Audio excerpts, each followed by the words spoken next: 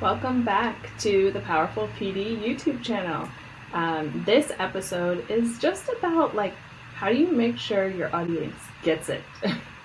How many of you have been planning professional development, and as you're in it, you're in those slide decks, you're in your facilitator's guide, maybe you're making a handout for your learners, and you are just wondering, are they going to get this information? I get it, but are my learners going to get it? So that's what this episode is all about. Let's jump right in. Okay, so we're educators. We want the best for other educators and for students. The stakes are super high. We know that the work we do can truly impact the learning of teachers, of leaders, of students, and so we really want to do a good job. We might have some perfectionist type A tendencies, but either way, we want to make sure that we're effective in the delivery of our professional development. And so you're the expert. You do have to consider, will folks who are not an expert in this area get and understand the information that I'm sharing with them? And so I have 4 things for you to consider as you are planning or after you're planning a professional development or a program for educators to make sure that they get it. First thing to consider is making sure that your outcomes are clear and this is communicated clearly to your learners. So as anyone who's learning, we want to know what's the destination, where are we headed to? And if we know that, we can keep that in mind as we're going through all the work, the activities, the words, things that you're saying and doing during your professional development. They'll be able to keep the outcome in mind if you communicate that very clearly to them. Think about if you have children, or even you've been an educator, so you've worked with many children before. Let's think about chores. When you give your child a chore, you tell them exactly what you want them to do, really what the outcome is. By 4 o'clock, this bedroom needs to be clean. And so you want to make sure you're doing the same thing, because if you don't tell your learners by the end of this, here's what you'll be able to know, do, feel, believe, think, they may be confused about getting there. So first and foremost, make sure that your outcomes are clear and you explicitly tell them the outcomes.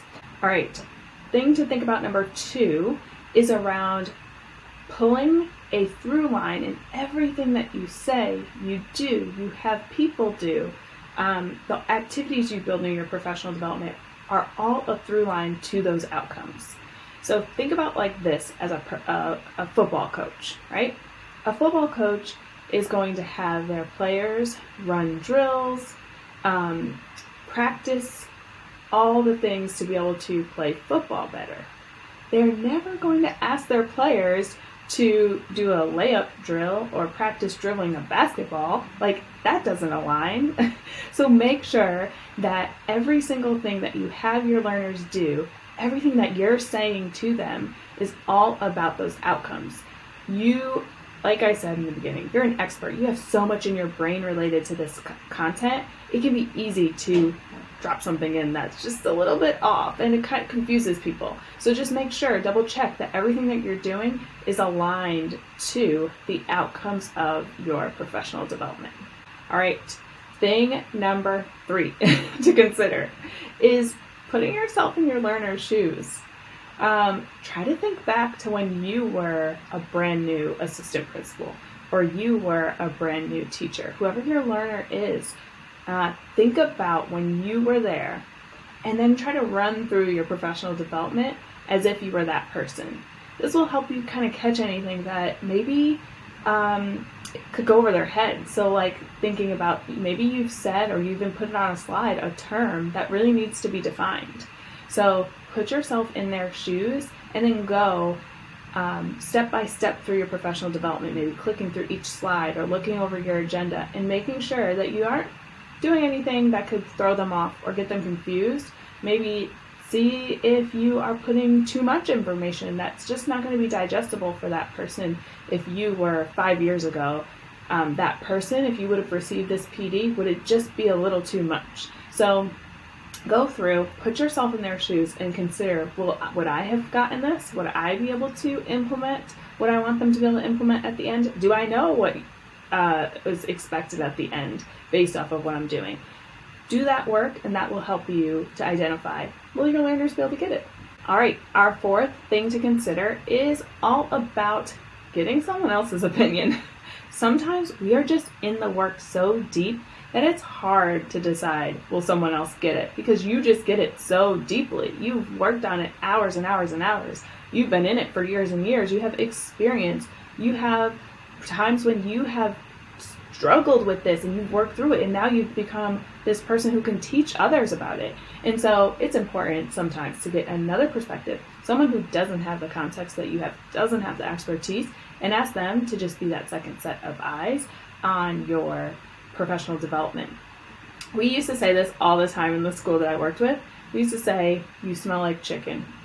And if you have ever been in someone's home who's frying chicken, when you first walk in, you smell the fried chicken. But after a while, you don't smell the fried chicken anymore because you've just been in it for so long. Your clothes smell like it, your hair probably smells like it, but you can't smell that smell anymore. It's just in the air. And so we used to tell people, especially when they were facilitating professional development and they were talking too fast or they were just over the head of their learners, we would say, stop, you smell like fried chicken. Let's go back and let's restate this, or let's ask some checks for understanding. Many things you can do to get at that challenge that you're in. But getting a second set of eyes, having someone there who can tell you, this might smell like fried chicken a little bit. You might need to define this term, or you might need to add an activity, or maybe change this activity a little bit to help them get it. So that's number 4. Get a second set of eyes if you can. All right, those are the 4 things to consider as you are working to make sure that your learners get the information that you are teaching them during your professional development. If you enjoyed this video, make sure you like it, and don't forget to subscribe because I'm excited to keep putting out more video for you. Also, go ahead and follow me on Instagram. Send me a DM, say hello, share any thoughts or questions in the comments of this video, and I look forward to seeing you in the next one.